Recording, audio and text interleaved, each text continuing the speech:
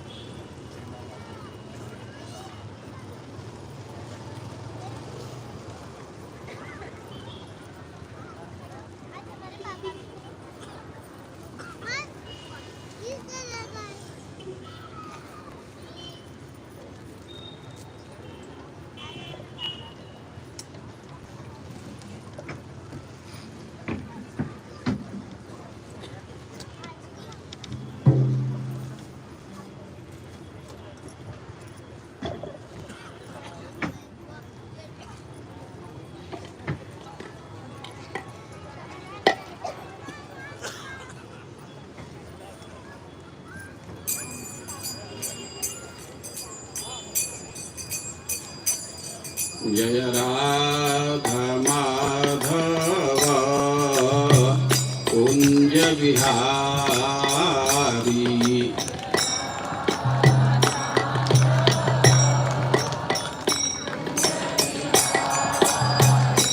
जय राधा माधव कुंज बिहारी।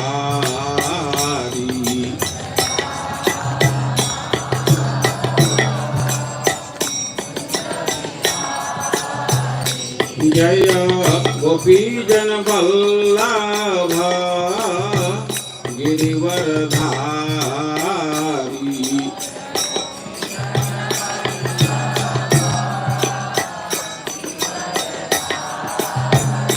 जय गोपीजन वल्लभ गिरिवरधारी।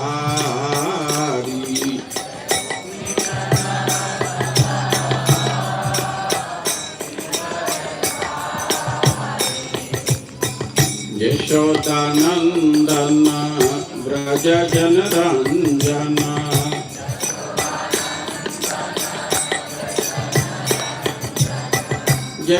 यशोदानंदन व्रज जनरंजन।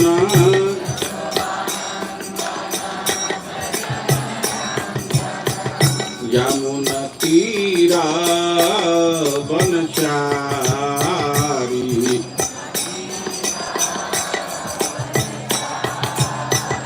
यमुना तीरा वनचारी।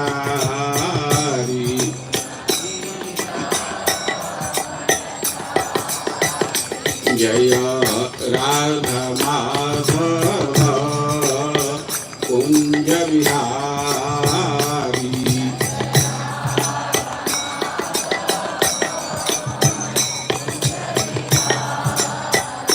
जय राधा माधव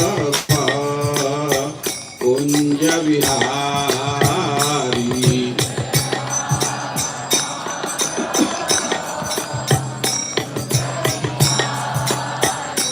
जय गोपीजन वल्लभ गिरिवरधारी।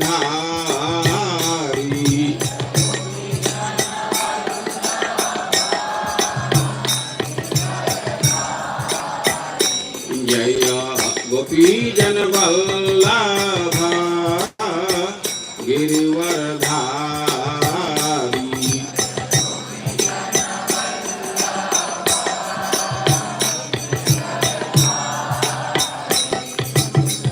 यशोदानंदन व्रज जनरंजन।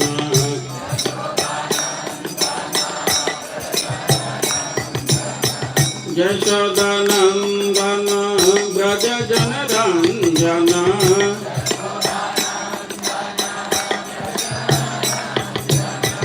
यमुना तीरा बनचारी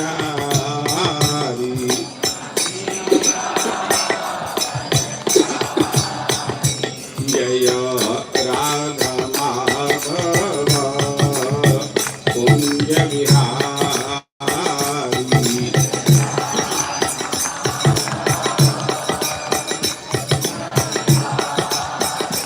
हरे कृष्ण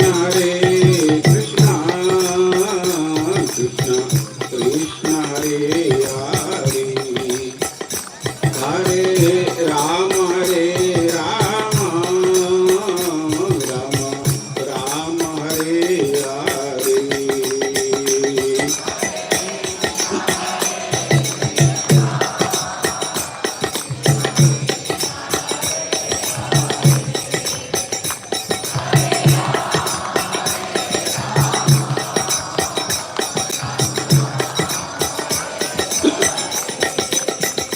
हरे कृष्ण कृष्ण कृष्ण हरे हरे हरे राम राम राम हरे हरे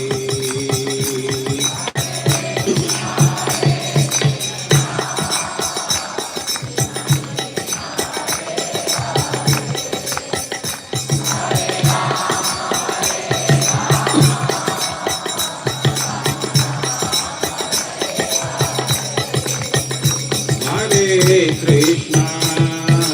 कृष्ण कृष्ण कृष्ण हरे हरे हरे राम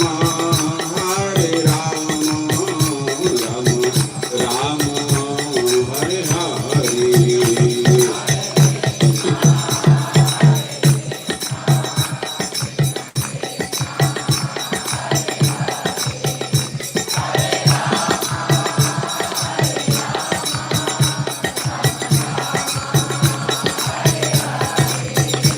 हरे कृष्ण कृष्ण कृष्ण हरे हरे हरे राम राम हरे हरे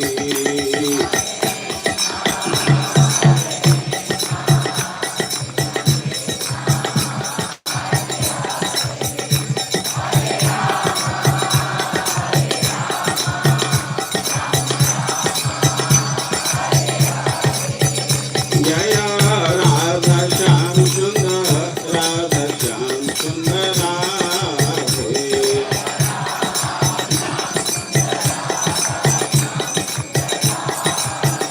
जय राधा मदन मोहन राधे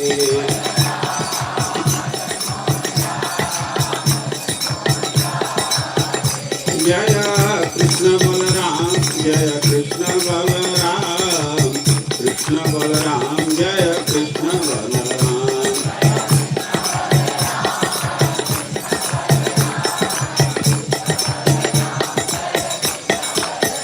जय गौरनिताय जय गौरनिताय जय गौरनिताय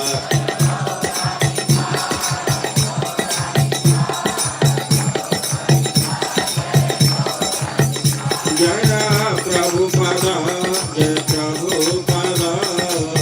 प्रभुपद श्रील प्रभुपद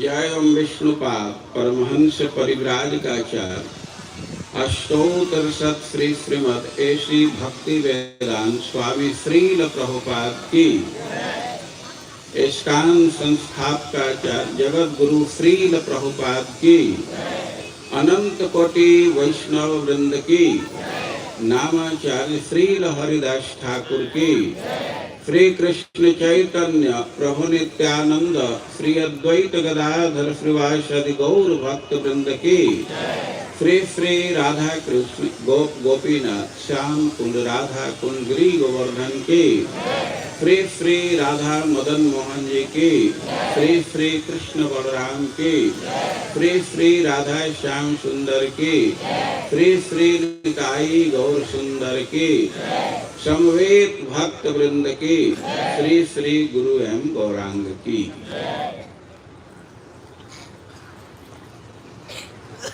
हम लोग एक श्लोक की आवृत्ति करेंगे और जिनके पास मोबाइल में फोन में श्रीमद् भागवतम है तो वे निकाल लें।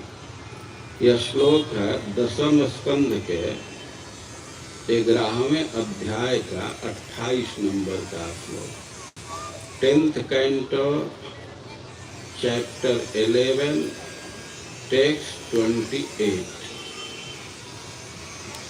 10, 11, 28। ओम अज्ञानतिमिरान्धस्य ज्ञानाञ्जनशलाकया चक्षुरुन्मीलितं येन तस्मै श्री गुरवे नमः। हे कृष्ण करुणा सिंधु दीनबंधो जगत्पते गोपेश गोपिका कांत राधा कांत नमस्कुते। जयतां सुरतोर्पंगो मम मंदमतेर्गति मत सर्वस्वपदाम्भोज राधा मदन मोहनौ। तप्त कांचन गौरांगी राधे वृंदावनेश्वरी वृषभानुसुते देवी प्रणमामि हरिप्रिय। नमो महावदान्याय कृष्ण प्रेम प्रदायते कृष्णाय कृष्ण चैतन्य नामने गौरत्विषे नमः। श्री चैतन्य मनोभीष्टं स्थापितं येन भूतले सोऽयं रूपः कदा मह्यं ददाति स्वपदान्तिकम्। वाञ्छाकल्पतरुभ्यश्च कृपासिन्धुभ्य एव च पतितानां पावनेभ्यो वैष्णवेभ्यो नमो नमः। जय श्री कृष्ण चैतन्य प्रभो नित्यानंद श्री अद्वैत गदाधर श्रीवासादि गौर भक्तवृंद। हरे कृष्णा कृष्णा कृष्णा हरे हरे, हरे राम राम राम हरे हरे। श्रीमद् भागवतम स्कंध 10 अध्याय 11 श्लोक 28। ओम नमो भगवते वासुदेवाय।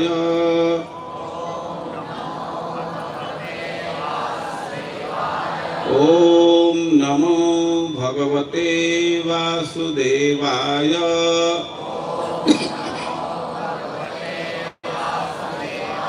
ओम नमो भगवते वासुदेवाय।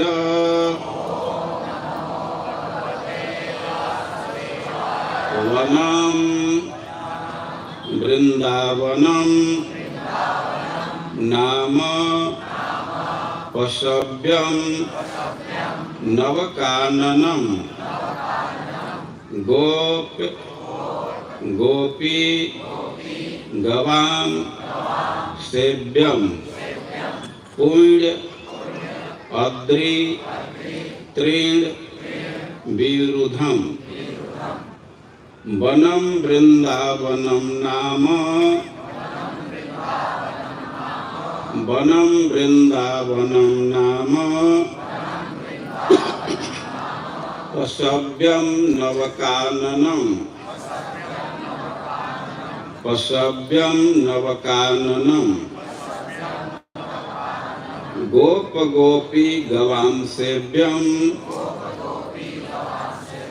गोप गोपी गवां सेव्यम पुण्याद्रि तृणवीरुधम पुण्याद्रि तृणवीरुधम वनम वृंदावनम नाम पशव्यम नवकाननम गोप गोपी गवां सेव्यम पुण्याद्रि तृणवीरुधम वनम वृंदावनम नाम पशव्यम नवकाननम गोप गोपी गवां सेव्यम पुण्याद्रि तृणवीरुधम वनम वृंदावनम नाम पशव्यम नवकाननम गोप गोपी गवां सेव्यम पुण्याद्रि तृणवीरुधम वनम दूसरा वन वृंदावनम नाम वृंदावन नामक पशव्यम गौओं तथा अन्य पशुओं के पालन के लिए उपयुक्त स्थान नवकाननम कई नए बगीचे कई नए बगीचों जैसे स्थान है गोप गोपी गवां सारे ग्वालों उनके परिवार वालों तथा गांव के लिए सेव्यम अत्यंत उपयुक्त स्थान पुण्य अद्रि सुंदर पर्वत तृण पौधे वीरुधम तथा लताएं। अनुवाद और तात्पर्य श्रील प्रभुपाद के द्वारा। अनुवाद नंदेश्वर तथा महावन के मध्य वृंदावन नामक एक स्थान है। यह स्थान अत्यंत उपयुक्त है क्योंकि इसमें गौओं तथा अन्य पशुओं के लिए रसीली घास पौधे तथा लताएं हैं। वहाँ सुंदर बगीचे तथा ऊंचे पर्वत हैं और वह स्थान गोपों गोपियों तथा हमारे पशुओं के सुख के लिए सारी सुविधाओं से युक्त है। तात्पर्य वृंदावन वह स्थान है जो नंदेश्वर तथा महावन के बीच में है। पहले ग्वाले महावन चले गए थे फिर भी उत्पात होते रहते थे अतः ग्वालों ने वृंदावन को चुना जो दो गांवों के बीच है और वहीं जाने का निश्चय किया। जगत गुरु श्रील प्रभुपाद की हम लोग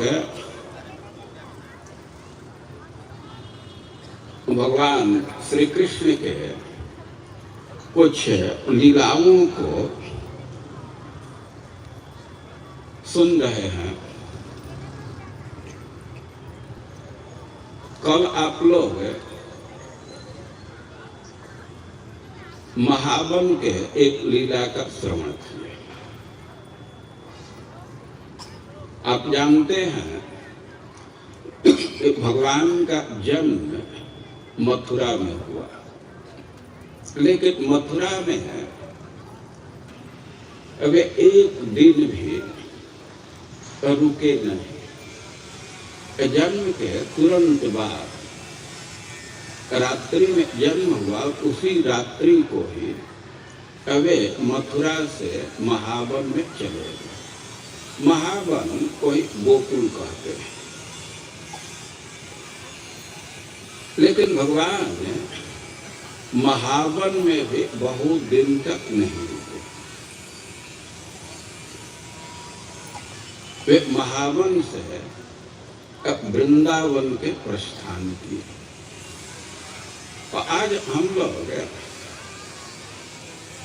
सुनेंगे कि भगवान किस परिस्थिति में महावन से वृंदावन में प्रस्थान कर रहे हैं। यह एक जिज्ञास्य विषय है।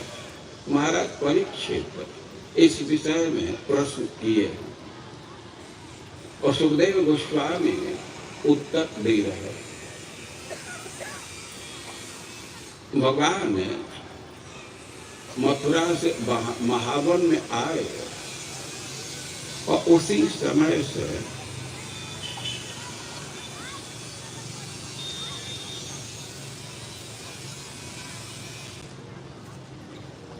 कुछ कुछ उत्पात होने लगा।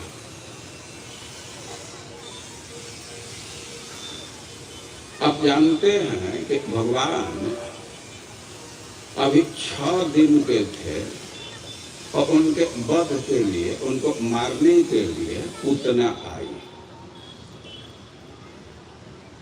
अभी 3 महीने के थे और उनके वध करने के लिए शक्टासुर पहुंचे। और कल हम लोग सुन रहे थे कि भगवान जब 1 साल के थे तो तृणावर्त मारने के लिए आ गए। और आगे 2 वृक्ष गिर गए, बड़े बड़े वृक्ष थे और वे वृक्ष गिर गए। वृक्ष गिरने से भगवान को कोई क्षति तो नहीं हुआ, लेकिन ब्रजवासी बहुत भयभीत हो गए। देखिए, जहाँ स्नेह रहता है, जहाँ प्रेम रहता है, तो अनिष्ट की शंका हृदय में होने लगती है। ये प्रश्न उठाया गया है कि कस्मान मुकुंदो भगवान पितुर्गेहात् ब्रजम गतः। महाराज परीक्षित का प्रश्न है कि किस कारण से भगवान पितुर्गेहात् अपने पिता वसुदेव के घर से और मथुरा से ब्रजम गतः, ब्रज में गए। तो प्रश्न है कि क्यों गए। और कोई ठीक से प्रश्न पर विचार नहीं करेगा तो कह सकता है कि कंस के भय से गए। मथुरा में कंस का भय था इसलिए चले गए। लेकिन सुखदेव गोस्वामी कह रहे हैं कि ना, कस्मान मुकुंदो भगवान, वे तो भगवान है, भगवान को किसी से भय नहीं होता। तो यह सिद्धांत तो मान्य नहीं है। भगवान ने कंस के भय से अपने पिता के घर का त्याग कर दिया। भगवान को कोई भय नहीं होता, किसी से भय नहीं होता। लेकिन जो भगवान के माता पिता थे, देवकी वसुदेव थे, तो वे बहुत भयभीत थे। जब भगवान प्रकट हुए और पुत्र को देख करके देवकी बहुत प्रसन्न हुई, लेकिन भीता वो बहुत भयभीत भी हुई।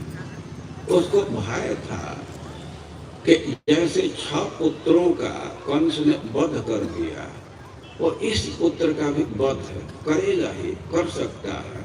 और उसको बहुत चिंता हुई। यह तो विलक्षण पुत्र है, ये भगवान ही हमारे पुत्र के रूप में उपस्थित हुए हैं और इस पुत्र की भी मैं रक्षा नहीं कर पाऊंगी तो बहुत भारी अनर्थ होगा। वो बहुत चिंतित थी और भगवान से प्रार्थना करने लगी कि कृपा करके आप इस रूप को ओझल कर दीजिए। भगवान चतुर्भुज रूप में प्रकट हुए। देवकी के सामने ये समस्या थी कि इस लड़के को हम कहाँ छिपा सकते, इसको कहीं ले जाऊं तो जिस गांव में रखूं तो सबका ध्यान उधर ही चला आएगा। वो चाह रही थी कि भगवान एक साधारण शिशु बन जाए कि हम कहीं छिपा सकते और प्रस्ताव रखी। भगवान कहे कि हम तो पीछे के जन्म का स्मरण दिलाने के लिए इस रूप में तुम्हारे समक्ष प्रकट हुआ। और भगवान 3 जन्म की कथा बतलाने लगे कि आप पहले कृष्णी थी और आज हम वसुदेव जी को दिखा रहे हैं, कह रहे हैं कि ये सुतपात है और आप लोग के पुत्र के रूप में मैं आया, कृष्णी गर्भ लोग कहते हैं। और पुनः आप अदिति और कश्यप के रूप में आए तो उस समय भी मैं उपेंद्र के रूप में, वामन के रूप में आपका पुत्र बना और इस समय मैं इस रूप में आपका पुत्र बना। और भगवान कह रहे हैं कि मैं जिस रूप से वर दिया था पुत्र होने का और उसी का स्मरण कराने के लिए मैं इस रूप में प्रकट हुआ। और भगवान प्रस्ताव रखे कि यदि विभेषित यदि आपको भय है तो गोकुलम माम नय, हमको गोकुल पहुंचा दी। तो मैं यह कह रहा था कि देवकी भयभीत है अपने पुत्र की रक्षा के लिए और देवकी और वसुदेव के भय के कारण भगवान महावन से नहीं, मथुरा से महावन में चले गए।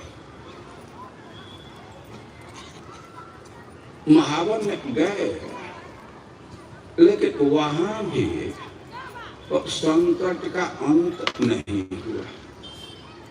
एक एक से संकट आ रहे हैं और ब्रजवासी बहुत भयभीत हो गए। और ऐसा सुखदेव गोस्वामी वर्णन कर रहे हैं कि जो प्रमुख गोप थे तो वे सभा स्थल पर एकत्र हुए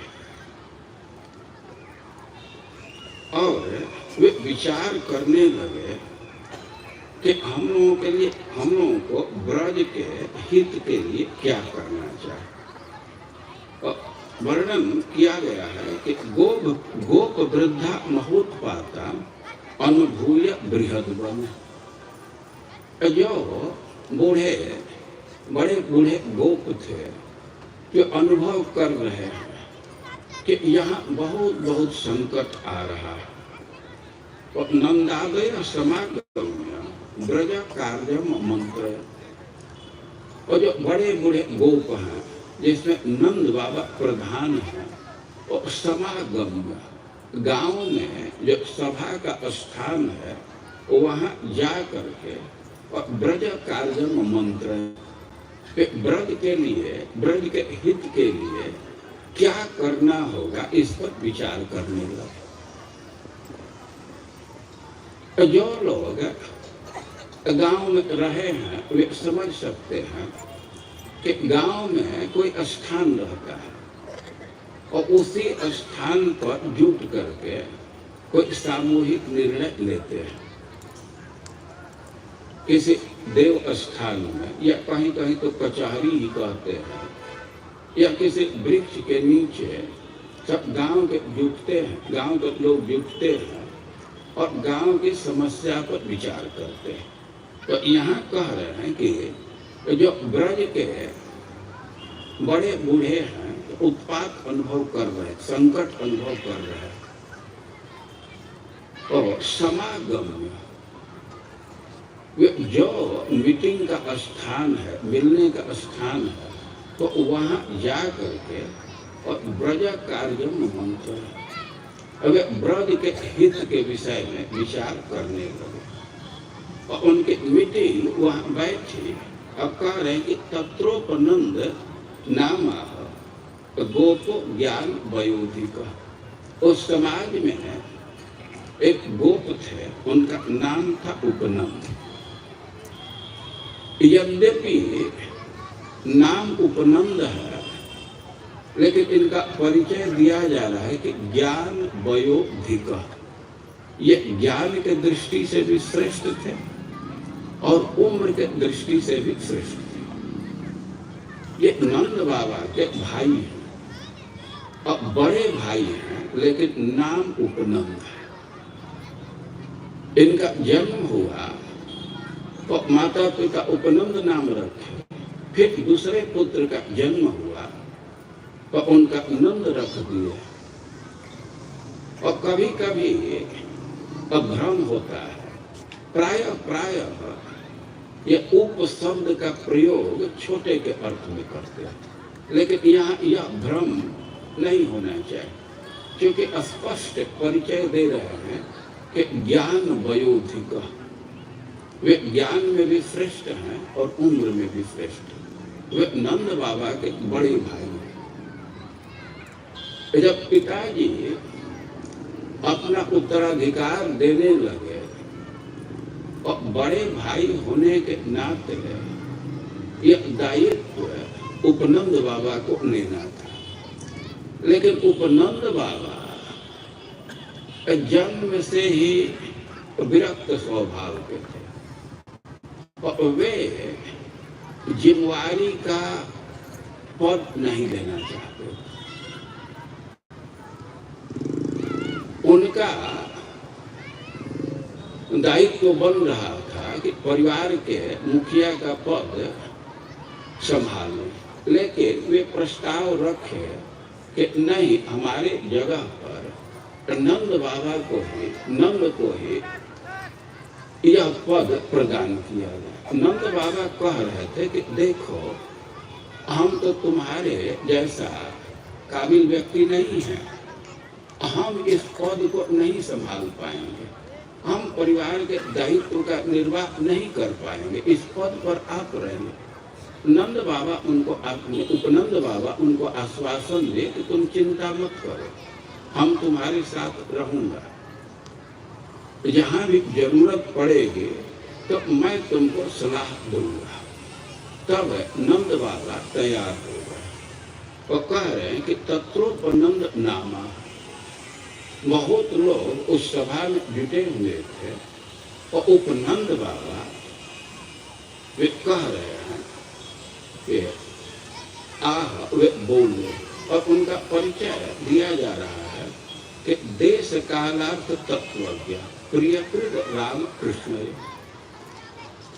किस परिस्थिति में, किस स्थान पर, किस समय क्या निर्णय होना चाहिए, क्या निर्णय लेना चाहिए, इस विषय में वे व्युत्पन्न मती थे। उनकी गति थी, बहुत उचित निर्णय लेते थे।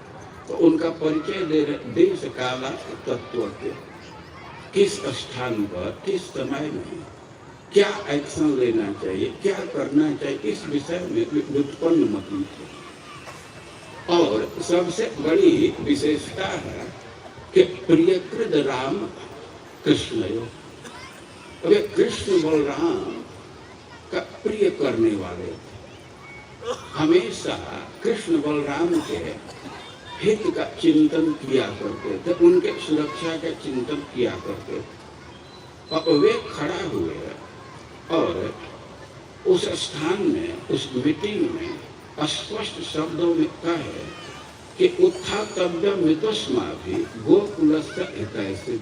प्रस्ताव रखे कि भाई जो भी गोकुल का हित चाहते हैं, तो मैं तो कहूँगा कि इस स्थान को तुरंत छोड़ देना चाहिए। मैं क्यों तो कह रहे कि आयंती यत्र महोत्पाता बाला नाम नाश ऐसो। अरे कि यहाँ तो बहुत बहुत संकट आ रहा है, बहुत बहुत उत्पात हो रहा है, और डाटा एनालिसिस करेंगे तो एक फैक्ट स्पष्ट है कि बाला नाम नाश हेतु जो भी उत्पात हो रहा है, जो भी संकट आ रहा है, तो बच्चों को नष्ट करने के लिए जो भी उत्पात है तो उसके सेंटर में, उसके केंद्र में है कि बच्चों को नष्ट कर दिया जाए। तो बहुत भारी समस्या है। उपनंद बाबा का आशय है कि यदि हम बड़े बड़े बूढ़े मर जाए, हमारा नाश हो जाए, तो बहुत भारी क्षति नहीं है। जो बूढ़े लोग हैं उनके मृत्यु भी हो जाए, तो जो बच्चे हैं तो उनके कार्य को संभाल लेते हैं। लेकिन उपनंद बाबा ध्यान आकर्षित कर रहे हैं कि आप लोग विचार कीजिए, किसी एक्सपर्ट से एनालिसिस ले लीजिए कि जो भी उत्पात आ रहा है वो बच्चों को नष्ट करना चाहते। थोड़ा विचार कीजिए कि बच्चे नष्ट हो जाएंगे तो ब्रज का भविष्य कैसा होगा। ब्रज का भविष्य तो पूरा अंधकार में चला जाएगा। अब ये जो बड़े बूढ़े हैं ते तो थोड़े दिन के मेहमान हैं, इनकी तो मृत्यु होनी ही है, और बच्चे भी नहीं रहेंगे तो ब्रज तो बिल्कुल अंधेरा में हो जाएगा, कोई संभालने वाला नहीं होगा। और ये जो प्रस्ताव रखे और इस प्रस्ताव के समर्थन में वे कई एक घटनाओं का उल्लेख कर रहे हैं।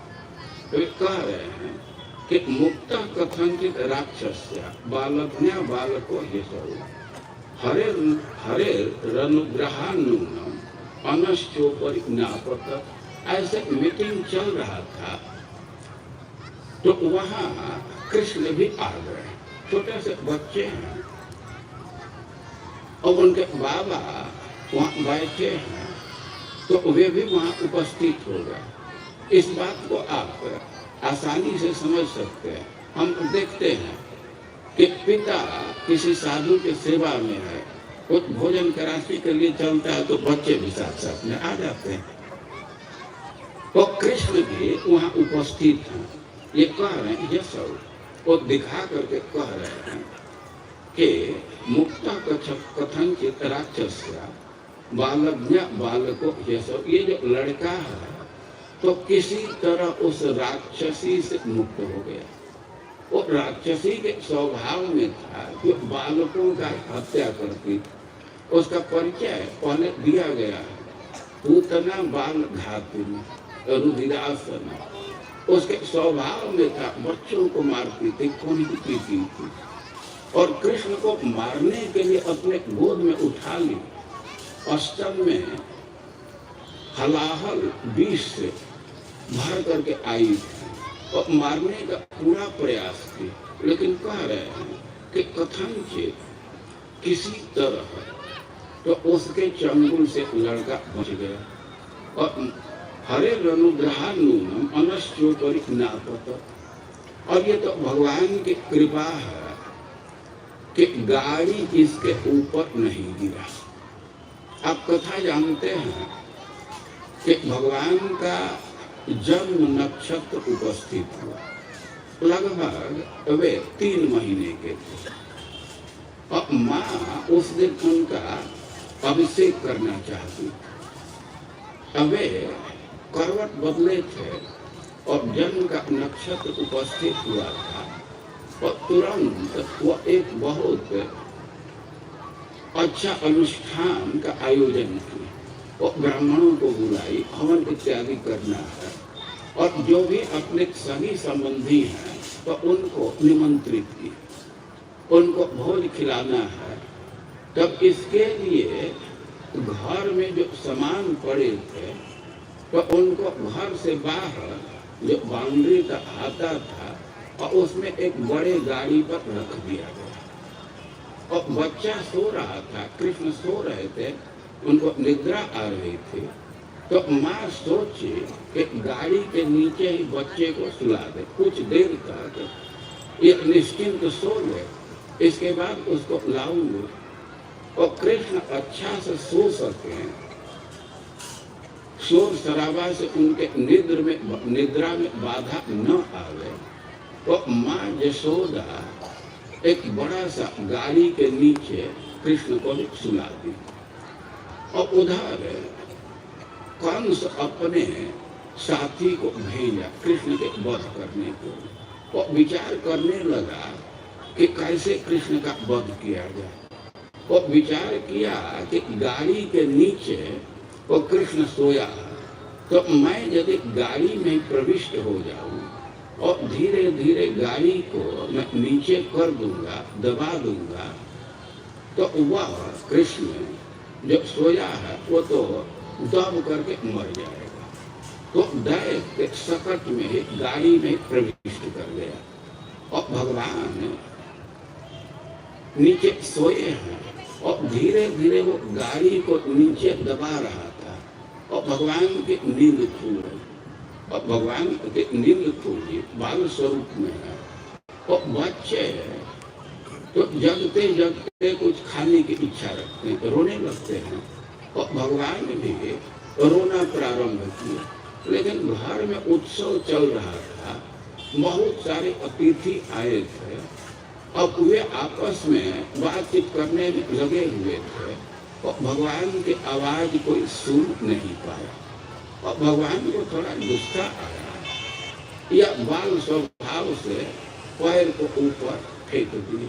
वो गाड़ी तो एकदम नीचे दबा रहा था, तो सट्टासुर की कृष्ण को दबा करके मार देना, इतना दबा देंगे कि इसी में वे दब जाएंगे, पिघला जाएंगे और नष्ट हो जाएंगे। भगवान थोड़ा अपने पैर को ऊपर मारे और तब तक गाड़ी पलट गई, सब वस्तु बेकार हो गया, सब गिर गया। लेकिन माँ का ध्यान गया गाड़ी के गिरने से, आवाज से उसका ध्यान गया तो दौड़ करके आई। अब कृष्ण को देखे कि कृष्ण सुरक्षित है, तब उसको कोई चिंता नहीं है। चाहे कोई भी सामान बर्बाद हुआ तो माँ को उसकी चिंता नहीं है, बेटा सुरक्षित है, उसको गोद में उठा ली और उसके हित के लिए विचार करने लगे। और उपनंद बाबा कह रहे हैं कि ये तो भगवान की कृपा थी कि गाड़ी बगल में गिरा, तो यदि कृष्ण पर ही गाड़ी गिरा होता तो बच्चे का नाश ही हो गया होता। और इस घटना का उल्लेख कर रहे हैं और कह रहे हैं कि चक्रवाते न नीतोयम दैत्य न विपदम विहत शिलायम पतुतस्तत्र परित्रातक सुरेश्वर। और आप लोग देखे कि तृणावर्त और कृष्ण को आकाश में ले गया, वियत आकाश में ले गया था। आकाश में पक्षी रहते हैं, विपदम वियत वो पक्षियों का स्थान है। कोई आदमी आकाश में टिकेगा, आदमी के लिए तो आकाश नहीं है ना। लेकिन कह रहे हैं कि ये तो आकाश में गया और पत्थर पर गिरा। ये तो जो देवता हैं वे इस बच्चे की रक्षा कर लिए। और यन्नम मृगेत द्रवयो अंतरम प्राप्य बालकः असौ अन्यतमो वापि तदप्यचित रक्षण। अभी तत्काल की घटना पर आप लोग विचार कीजिए कि इतना बड़ा वृक्ष गिरा, ये तो भगवान की दया से, भगवान की कृपा से वो बच्चा डोबा में पड़ गया। डोबा मतलब वृक्ष गिरे तो उसके टहनियाँ होते वही भूमि पर टिक गए, तो बीच में थोड़ा स्थान बच गया और कृष्ण तो उसमें पड़ गया तो बच गया।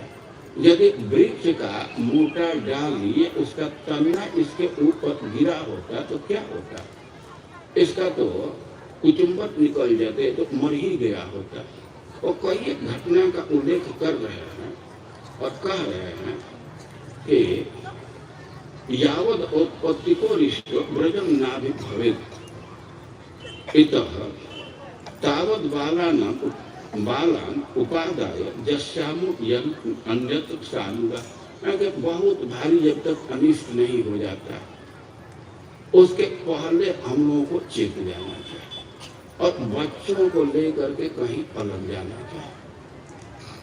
अब किसी किसी के मन में ये प्रश्न उठ सकता है कि उपनंद बाबा इतना घबरा क्यों रहे? जब अनेक घटना हुई, पत्थर पर लड़का गिरा, गाड़ी उसके ऊपर पलटा, अब वृक्ष गिरा सुरक्षित रहा, भगवान कृपा कर रहे हैं, तो क्या आगे नहीं कृपा करेंगे? क्यों इतना चिंता है? और देखिए, दो चीज समझना चाहिए। एक, जैसा मैं पहले ही बतलाया कि जहाँ स्नेह है, प्रेम है, तो अनिष्ट की आशंका मन में उदित हो ही जाती। तो समय का अभाव है, हम इस बात को बहुत स्पष्ट नहीं कर पाएंगे, लेकिन आप लोग देखे होंगे कहीं ट्रेन में कोई माँ चल रही है, उसका छोटा सा बच्चा है, बच्चा नजदीक में है, उधर से कहीं आवाज आ रही, बच्चा गेट पर गया, तो देखने लगते हैं कि हमारा बच्चा तो नहीं गया। हम तो ये देखे हैं कि एक बार हमारे गांव के एक व्यक्ति ट्रेन से दिल्ली गए, सासाराम से दिल्ली गए, और बाद में ये सुनने में आया कि ट्रेन का एक्सीडेंट हो गया। टुंडला से पहले उस ट्रेन का एक्सीडेंट हो गया। तो उनकी माँ बहुत चिंतित थी। बाद में पता चला कि जिस ट्रेन से वे गए हैं उस ट्रेन का एक्सीडेंट नहीं हुआ, उसके पीछे के दिन के ट्रेन का एक्सीडेंट हुआ। जिस डेट में वे चढ़े थे और उस डेट वाली ट्रेन तो दिल्ली पहुंच चुकी थी, जो एक दिन बाद ट्रेन गई थी और उसका एक्सीडेंट हुआ था। लेकिन वो माता जी बहुत चिंतित थी। ये सूचना के बाद भी उनके मन से विचार नहीं जा रहा था कि हमारे बच्चे का एक्सीडेंट हुआ, उसी ट्रेन का एक्सीडेंट हुआ। हम यह कह रहे स्नेह के चलते तो अनिष्ट की शंका मन में आती है। तो एक सिद्धांत यह है, और दूसरी बात यह है कि उपनंद बाबा महसूस कर रहे हैं कि पहले हम लोग खूब अच्छा से भगवान की भक्ति करते थे,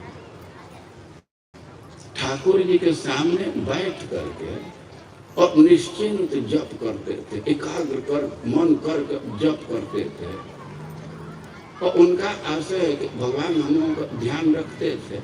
लेकिन अभी तो हम लोग भगवान की भक्ति ठीक से नहीं कर पाते।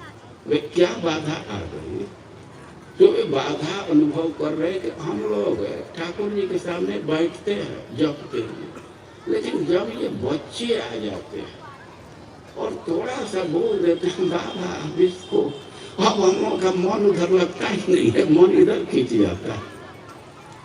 तो यह तो भक्ति की पराकाष्ठा है कि कृष्ण के अब बोली से उनका मन आकृष्ट है, किसी का भी आकृष्ट हो जाएगा।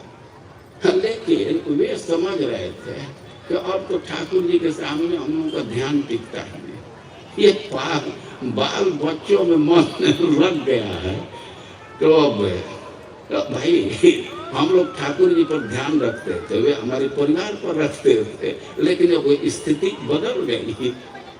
और नंद बाबा, उपनंद बाबा का यह विचार है कि अब हम लोग ठीक से भजन नहीं कर पाते, और ऐसे में कह रहे हैं कि जब तक कोई बहुत भारी अनर्थ न हो जाए उसके पहले चेत जाना चाहिए। और स्पष्ट शब्दों में वे प्रस्ताव दिए कि इस स्थान का त्याग कर देना चाहिए, इस स्थान को हम लोग छोड़ दें। तो कोई कह सकता है कि कैसी बात करते हैं, पर थोड़ा नीति पढ़े हैं। अबे कोई कह सकता है कि ना समीक्ष परम स्थानम पूर्व मायतनम त्यजे, जब तक नया स्थान देख नहीं देते और उसके पहले पुराने स्थान का त्याग नहीं करना चाहिए। मैं आपके आवास में कुछ कठिनाई लग रही है तो पहले नया आवास देख लेंगे, दूसरा डेरा देख लेंगे, तब न पहले वाला छोड़ेंगे कि पहले छोड़ करके तब खोजते चलेंगे। और नंद बाबा उपनंद बाबा कहने लगे कि हम ऐसे ही नहीं कह रहे हैं, देखो तुम लोग तो अपने काम धंधा में रहते, कभी ब्रजमंडल परिक्रमा में जाते नहीं, बस वही कंपनी की चिंता, खेती की चिंता, दुकान की चिंता। ब्रजमंडल परिक्रमा में तुम लोग जाते हो। हम 11 साल के थे तभी अपने पिताजी के साथ पूरे ब्रजमंडल का परिक्रमा किया और उस समय में स्थान देखा था वृंदावन, और उसी पर विश्वास नहीं कर रहा हूँ, पुनः जा करके उस स्थान को देखा। तो बच्चों पर इतना संकट आ रहा है तो हम निश्चिंत नहीं बैठे, पुनः जा करके स्थान को देखे हैं और तब इस स्थान को छोड़ने की बात कह रहे हैं। वे कौन वो स्थान है? तो स्थान का परिचय दे रहे हैं कि वनम वृंदावनम नाम पसव्यम नवकाननम गोप गोपी गवाम सेव्यम पूजादि त्रिवीरुधम। वनम वृंदावनम नाम एक वन है, उसको वृंदावन कहते हैं। और वृंदावन कहते हैं क्योंकि वह वन वृंदा देवी के द्वारा पालित है, वे उसकी रक्षा करती। और वृंदा देवी अपने पतिव्रत के लिए प्रसिद्ध है। और उपनंद बाबा का आशय है कि वृंदा देवी के पतिव्रत के प्रभाव से सुरक्षित है, वहां संकट आने के कम संभावना। पतिव्रत का बहुत भारी प्रभाव होता है, ऐसा श्रीमद् भागवतम में कहा गया और शास्त्र में कहा गया है कि जो सत्यवादी ब्राह्मण है और जो पतिव्रता नारी है, वह कुछ बोल देती है तो सत्य हो जाता है। बहुत बहुत ऐसे घटनाएं हैं। चैतन्य महाप्रभु एक श्लोक की व्याख्या करते हुए एक पतिव्रता नारी का इतिहास प्रस्तुत किए। चैतन्य चरितामृत के अंतिम अध्याय में चैतन्य महाप्रभु इस घटना का उल्लेख किए हैं और वे कह रहे हैं कि ब्राह्मणी थी और बहुत पतिव्रता थी। यद्यपि उसके पति को कुष्ठ रोग हो गया था, लेकिन वह पतिव्रता नारी थी और उसकी सेवा करती थी। कुष्ठी ब्राह्मण, कुष्ठ था, लेकिन फिर भी उसकी सेवा करती थी, उसके इच्छा के अनुरूप व्यवहार करती। लेकिन उस ब्राह्मण की स्थिति थी कि शरीर में कुष्ठ है, लेकिन वह किसी वेश्या में आसक्त था, वेश्या का संग करना चाहता था। वो ब्राह्मणी के सामने समस्या अब अपने पति की इच्छा को समझ रही थी और पति कुष्ठ रोग से ग्रसित है और उसके सामने बहुत भारी समस्या कि हम क्या करें। लेकिन अपने पति की प्रबल इच्छा को देख करके वो वेश्या के पास गई और उससे प्रस्ताव रखी कि हमारे पति का संग करो तुम एक दिन। अब इतना आग्रह की वो वेश्या तैयार हो गई और पति तो कुष्ठ का रोगी था, अपने से जा भी नहीं सकता था। वो अंधेरी रात में वो ब्राह्मणी अपने पति को कंधे पर लेकर के वेश्या के यहाँ जा रही थी। अंधेरा था और रास्ते में कोई जोगी तपस्या में बैठा हुआ था। अब रात्रि का समय था, वो ब्राह्मणी देख नहीं पाई। वो रास्ते से जा रही थी और उस जोगी के शरीर में उस ब्राह्मणी का पैर लग गया। वो तो जोगी थे, तपस्या के अभिमान में थे। वो बड़बड़ाने लगे, अंधी हो, देखती नहीं हो, लात मारती चलती हो। वो क्षमा मांगने लगी कि हम ध्यान नहीं दिए, अपने पति को लेकर के जा रहे थे, कंधे पर उनको रखी थी, ध्यान नहीं दिए। अब उस जो योगी था और क्रोध में हो गया, तो पति को लेकर के जा रहे, दूसरे को लात मारोगे, तुम्हारे पति मर जाए। अब ऐसे साफ दे दिया वो योगी, तुम्हारा पति सूर्योदय के पहले ही मर जाए।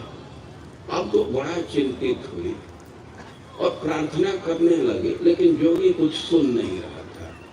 तो वह भी कहे कि मैं भी अपने पति की सेवा की हूँ और किसी दूसरे पुरुष में हमारा मन नहीं गया है, तो मैं भी कहती हूँ कि सूर्योदय होगा ही नहीं। और उसके वचन से सूर्य की गति रुक गई। अब सूर्य की गति रुक गई तो बहुत बड़ी समस्या है। दिन होता है तब सब लोग काम करते हैं, तो वहां देवता लोग उपस्थित हो गए और उस ब्राह्मणी से कहे कि तुम अपने वचन को वापस लो, सूर्योदय होने दो। वो कह रहे थे कि हमारे पति का निधन हो जाएगा, मृत्यु हो जाएगी। वो कहते ना, इसकी चिंता मत करो। तो वह अपने बात को वापस भी, सूर्य उदित हुए और पति का निधन तो हो गया, उस ब्राह्मण के निधन हुआ, लेकिन देवता लोग उसको खूब सुंदर शरीर दे दिए। और चैतन्य महाप्रभु अपने मुख से इस घटना का उल्लेख किया। तुष्ट कैल तीन देवा, सूर्य की गति को रोक दे और तीनों देवताओं को संतुष्ट कर दे। तो हम यह कह रहे थे कि वनम वृंदावनम नाम, ये वृंदा देवी अपने पातिव्रत्य के लिए प्रसिद्ध है। हमें तो सब घटना इस समय स्मरण नहीं आ रहा है, लेकिन देवताओं और दैत्यों में युद्ध चल रहा था और उसके पातिव्रत्य के प्रभाव से देवता लोग उसके पति को पराजित नहीं कर पाते थे।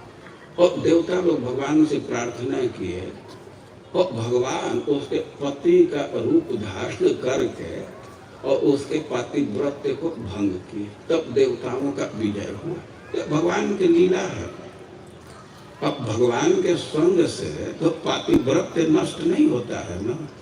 तो सबसे बड़ा फल तो यही है पातिव्रत्य का, कि भगवान का सानिध्य मिल जाए। और जो हम केवल इस बात का यहाँ उल्लेख कर रहे हैं कि परिचय दे रहे हैं, वनम वृंदावनम नाम, वो जो जगह है उसको वृंदावन कहते हैं। और वृंदा देवी के पातिव्रत्य का प्रभाव है, वहां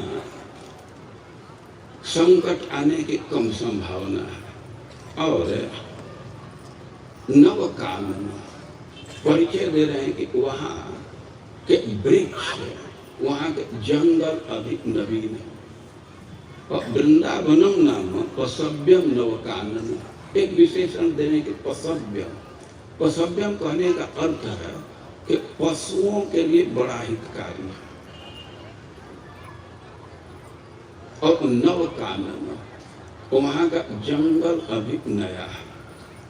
देखिए, ब्रजवासी गोकुल तो महावन में है, लेकिन पसव्यम कहने का आशय यह है, वृंदावन को पसव्यम कह रहे हैं, तो इसका आशय यह है कि महावन में बहुत दिन से रह रहे हैं।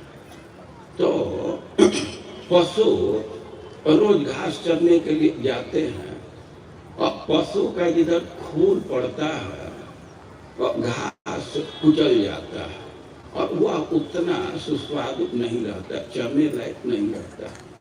और जिधर पशुओं का आवागमन नहीं है तो वहाँ के घास बहुत मुलायम रहते हैं। और पसव्यम कहने का अर्थ है कि वृंदावन में अभी और पशुओं का आना जाना नहीं है, तो वहाँ के घास बिल्कुल कोमल कोमल, हमारे पशु वहाँ बहुत सुख अनुभव करेंगे। वहाँ का जल स्वच्छ है, हितकारी है पशुओं के लिए। और वृंदावन का परिचय देने के पसव्यम, वहाँ दूर दूर तक वो कोमल कोमल घास है। नव कानन एक परिचय दे रहे हैं कि वहाँ का जो जंगल है, वन है, अभी नवीन है। जो लोग वन में भ्रमण करते हैं तो वो लोग देखते हैं कि कोई कोई क्षेत्र है कि वहाँ अभी कम उम्र के वृक्ष हैं और कहीं कहीं ऐसा क्षेत्र है कि सब पुराने वृक्ष हैं। तो नव कानून कहने का आशय है कि वहाँ बच्चे सुरक्षित हैं।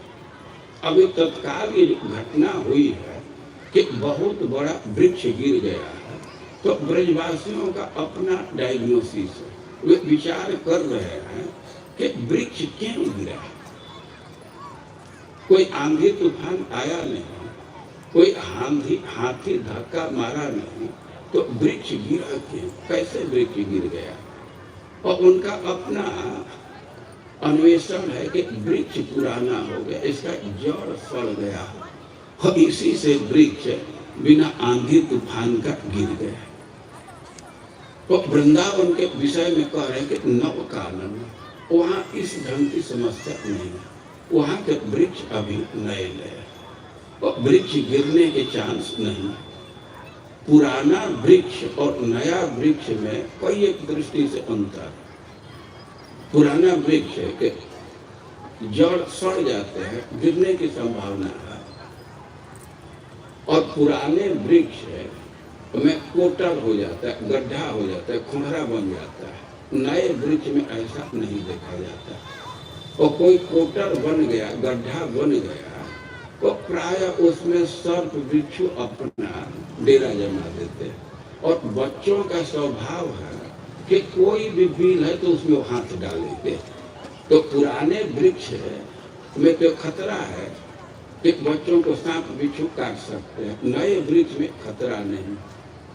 और भी अंतर होता है जब वर्षा ऋतु समाप्त हो जाता है और उस समय घास का अभाव हो जाता है और घास पर्याप्त नहीं मिलती है, तो पशु वृक्ष के पत्ते खाते हैं। ये आज भी हम लोग ब्रज में देखते हैं, आदि बद्री में, कि गाय या दूसरे पशु अपने गर्दन को उठा करके सीधे वृक्ष के कोमल पत्ते को खाते हैं। तो जो पुराना वृक्ष है, और एक तो उसका पत्ता कठोर हो जाता है, मुलायम नहीं रहता है, और उसके ऊंचाई भी अधिक हो जाती है, तो पशुओं को ये सुलभ भी नहीं है। सुलभ हुआ तो उतना पसंद नहीं है। और जो नया वृक्ष है, नव कानून, नया जंगल है, कम उम्र के वृक्ष हैं, तो उनकी ऊंचाई कम है, तो पशु अपना गर्दन उठा करके ही वृक्ष को प्राप्त कर लेते हैं और पत्ता भी कोमल होता है। और इस दृष्टि से वे कह रहे हैं कि नव कानन ये बहुत अच्छा है, पशुओं के लिए हितकारी। या वृंदावन का परिचय दे रहे हैं नव कानन। अब इससे नव कानन को खंड करेंगे तो नव कानन ऐसा खंड कर सकते हैं। तो आशय है कि नौ कहने का अर्थ है कि जम्बू द्वीप में जो 9 वर्ष है और उसमें भारतवर्ष सबसे श्रेष्ठ है। और 9 ये 9 वर्षों में का मतलब सिरोभाग, सिर, हेड है भारतवर्ष। भारतवर्ष की महिमा है कि देवता लोग भी यहाँ जन्म लेना चाहते हैं। यहाँ की विशेषता है कि यहाँ से व्यक्ति सीधे भगवान के धाम में चला जाता है। थोड़ा भी साधना करके, कम भजन करके भी भगवान के लोक को प्राप्त कर लेता है। श्रीमद् भागवतम में देवता लोग भगवान से प्रार्थना करते कि हमारा भी जन्म भारत में हो जाए। और इस दृष्टि से 9 वर्षों में जो सबसे श्रेष्ठ है, सिरोभाग है। और भारत भूमि का भी मुख्य जो है आनंद है, और वह वृंदावन है। भारत भूमि में भी सबसे अच्छा जगह वृंदावन। तो इस दृष्टि से कह रहे हैं कि नव कानन। या एक अर्थ यह है कि वृंदावनम नव कानन। आप ब्रज में जाते हैं तो 12 प्रसिद्ध वन है, लेकिन वृंदावन का मतलब है नवकानन। वृंदावन और प्लस 9 फॉरेस्ट।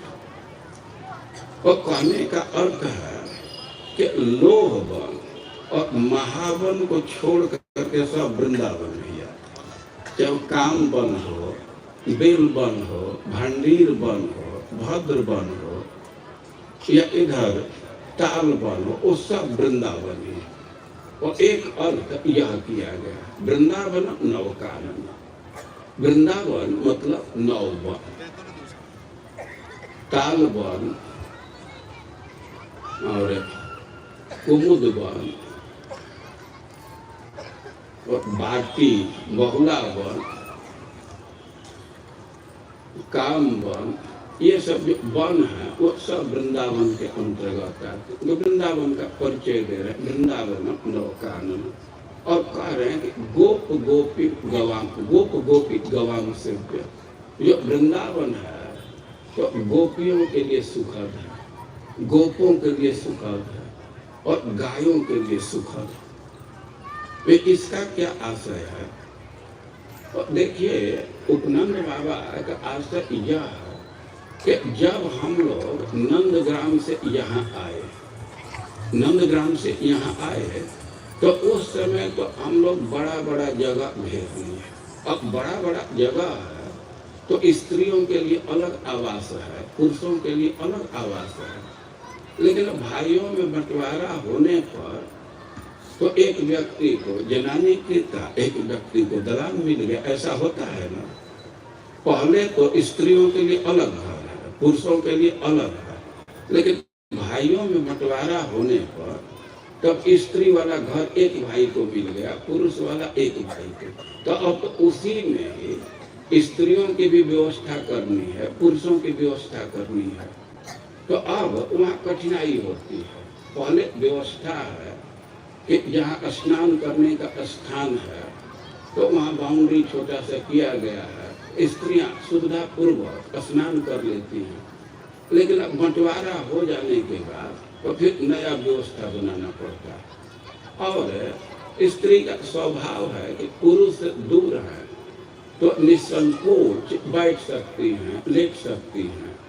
और पुरुषों के लिए भी सुविधा है, स्त्री से अलग है तो गमछा पहन करके रह सकते हैं। ये कभी कभी तो देखा जाता है कि कॉपिन पहन करके रह सकते हैं, लेकिन स्त्री पुरुष को एक साथ रहना हुआ तो ऐसा संभव नहीं होता है। और इस अर्थ में कह रहे हैं कि गोप गोपी गवान सेव्य, वो गोपियों के लिए भी सुखद होगा, गोपों के लिए भी सुखद होगा। अभी तो जगह खाली है तो वहाँ हम लोग जाएंगे तो फिर बड़ा बड़ा स्थान ले लेंगे तो अलग अलग व्यवस्था हो जाएगी। और घास का बाहुल्य है, स्वास्थ्यवर्धक जल है और इसलिए गायों के लिए भी बड़ा सुखद। और पुण्यादि तृणविरुद्धम, वृंदावन के विषय में बतला रहे हैं कि वहाँ बहुत सारे पवित्र पर्वत हैं, नंदीश्वर हैं, गोवर्धन जी हैं या ब्रह्माचल है, ये पवित्र पर्वत हैं वृंदावन में। और पवित्र वृक्ष हैं और पवित्र घास है, तृण जैसे कुश घास है और विरुद्धम लताएं पवित्र है, माधवी इत्यादि लता है। तो ये सब बड़ा पवित्र है। और उपनंद बाबा परिचय दे रहे हैं कि इस स्थान को हमको छोड़ देना चाहिए और हम लोगों को वृंदावन चलना चाहिए। उस स्थान को हम देख करके आए हैं। और जब इस प्रकार वे प्रस्ताव रखे और कहे कि तत्रादेव जास्याम सकटान्युक्त माचिरम गोधनन अग्रतोयांतु भवताम यदि रोचते, कि भाई आप हमारे विचार से सहमत है तो देर करने की जरूरत नहीं, सब तैयारी कीजिए और तुरंत वृंदावन के लिए प्रस्थान करें। गाड़ी को तैयार कीजिए और वृंदावन के लिए प्रस्थान कीजिए। जब उपनंद बाबा यह प्रस्ताव दिए तो सब ब्रजवासी सहमत हो गए। कह रहे हैं कि तत्सत्वैक धियोगोपा साधु साध्विक बाधिन। सब एक विचार के हो गए कि ठीक ये कह रहे हैं, और सब कहने लगे ठीक है, आपके विचार से हम सहमत हैं, अभी चलिए। तो ब्रजान स्वांसन समायुज्य ययो रूढ़ परिच्छदा, और ब्रजवासी अपने अपने सामान को गाड़ी पर रखे और वृंदावन के लिए प्रस्थान किए। और वृंदावन का प्रस्थान कर रहे हैं, उसका वर्णन कर रहे हैं कि वृद्धान बालन स्त्रियोरानन सर्वोपकरणानि च अनस्वारोप्य गोपाला यत्ता आत सरासना। तो जो वृद्ध व्यक्ति थे या बालक थे या स्त्रियां या जो वस्तु समान है, तो उसको गाड़ी पर चढ़ाए। वृद्ध व्यक्ति को गाड़ी पर चढ़ाए, बच्चों को गाड़ी पर चढ़ाए, स्त्रियों को गाड़ी पर चढ़ाए, और जो भी उनका सामान है सबको गाड़ी पर रखे। और गोपाला यत्रा आत्सरासना, और वे पैदल चल रहे थे और हाथ में धनुष बाण लिए हुए थे। श्री प्रभुपाद जी बार बार इस बात को बोलते हैं कि स्त्रियों के सुरक्षा की व्यवस्था होनी चाहिए। भाई यात्रा निकाल रहे हैं, तो यहाँ संकट आ रहा है, कंस अपना दूत भेज रहा है, तो हो सकता है कि रास्ते में भी आक्रमण करे, और इसलिए जो ब्रजवासी हैं, ग्वाले हैं, तो आत्मसरासना हाथ में धनुष बाण लेकर के चल रहे हैं। अबे तैयार हुए तो कह रहे हैं कि गोधनानि पुरस्कृत श्रृंगार्या पूर्य सर्वत्र तुर्य घोषेण महता ययो सह पुरोहिता। और सिंगा बजाए, सिंग बजा करके और वे घोषणा कर दिए कि अब हम लोग वृंदावन पे भी प्रस्थान करेंगे। और वहाँ जो ब्राह्मण थे तो वे स्वस्ति वाचन करने लगे, यात्रा के मंगल के लिए मंत्र बोलने लगे, और पुरोहित लोग भी साथ में जा रहे हैं। और गोप्यो रूढ़ रथानुपमा कुछ कुमकुम कांतया कृष्ण लीला जगोपीता निष्कंठ सुवास। गोपियों का वर्णन कर रहे हैं कि रूढ़ रथा, वे रथ पर चढ़ी थी। रथ पर चढ़ी थी, इसका आशय यह है कि गाड़ी को सजाया गया था। जिस गाड़ी पर स्त्रियों को बैठना है और उसका उपहार किया गया था। उपहार मतलब उसको आच्छादित किया गया था। जो गांव में लोग रहते हैं तो उनको इस विद्या में दक्षता है। बांस का वो बाती काट करके जो कोमल अंश है बांस का पतला पतला, उससे भी आर्क बना देते हैं वो, और उसी पर कपड़ा से ढक देते हैं। तो वैसे सजा करके सब रखे थे, वो रथ जैसा लग रहा था। वो बैलगाड़ी रथ जैसा दिख रहा है, और इसलिए कह रहे हैं कि गोप्यो अरूढ़ रथा, अब रथ पर बैठी हैं, बैलगाड़ी पर बैठी हैं, और उनका वर्णन कर रहे हैं कि नूतन कुचकुम कांतया।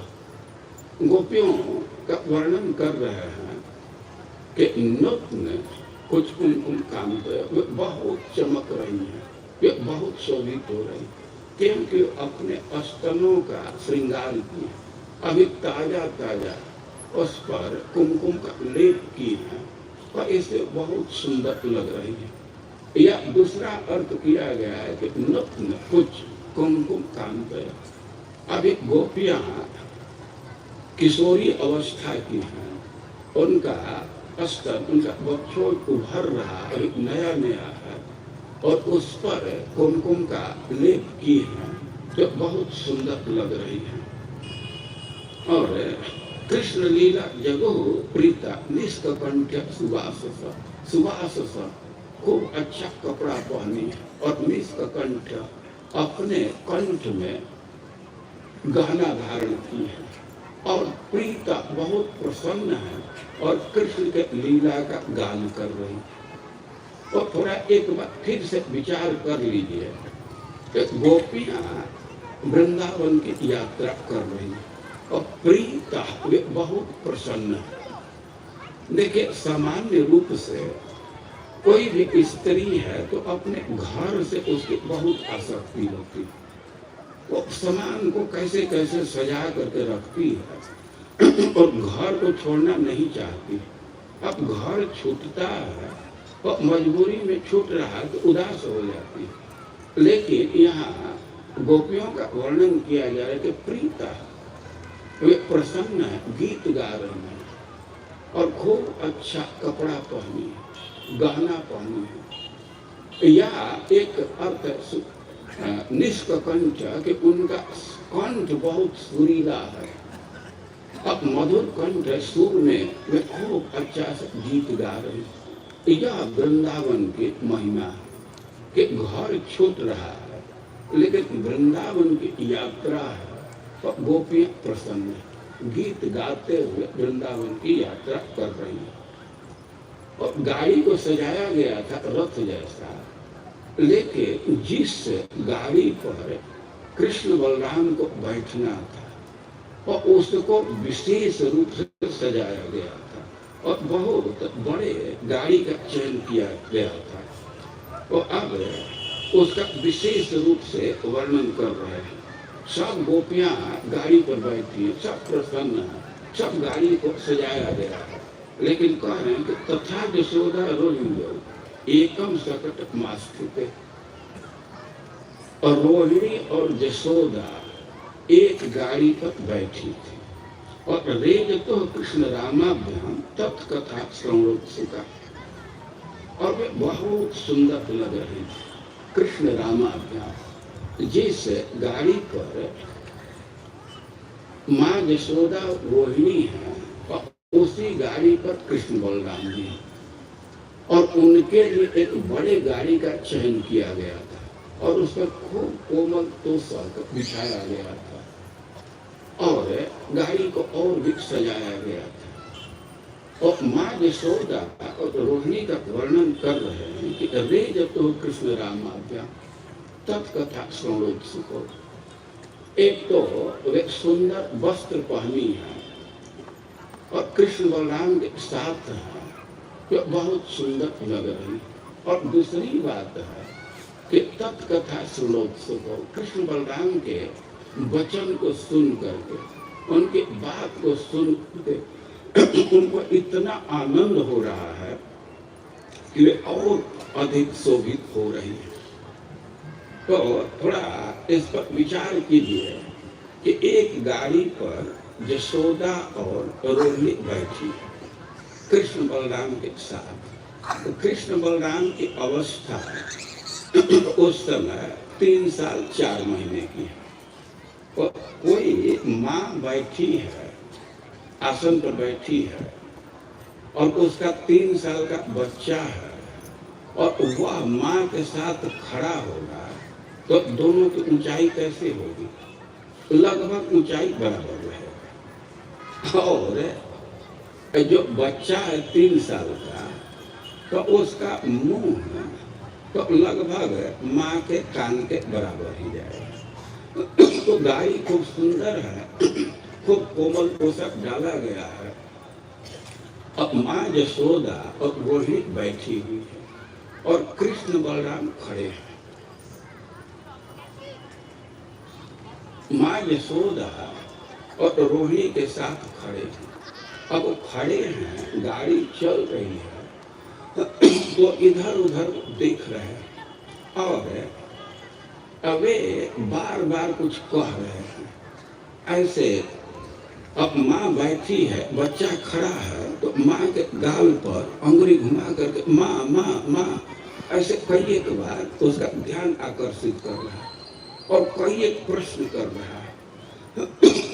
और माँ बड़े ही स्थिरता से उसके एक एक प्रश्न का उत्तर देते हुए जा रही।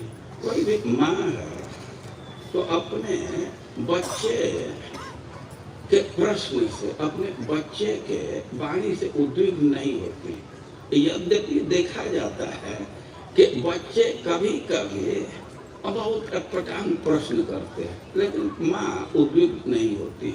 तो यहाँ आप ध्यान रखिए कि माँ यशोदा गाड़ी पर बैठी है, माँ रोहिणी गाड़ी पर बैठी है और उसी के साथ कृष्ण और बलराम खड़े हैं और जो भी चीज देख रहे हैं या उनके मन में आ रहा है वे बोल रहे हैं और माँ यशोदा रोहिणी उसको सुन रही है। और कृष्ण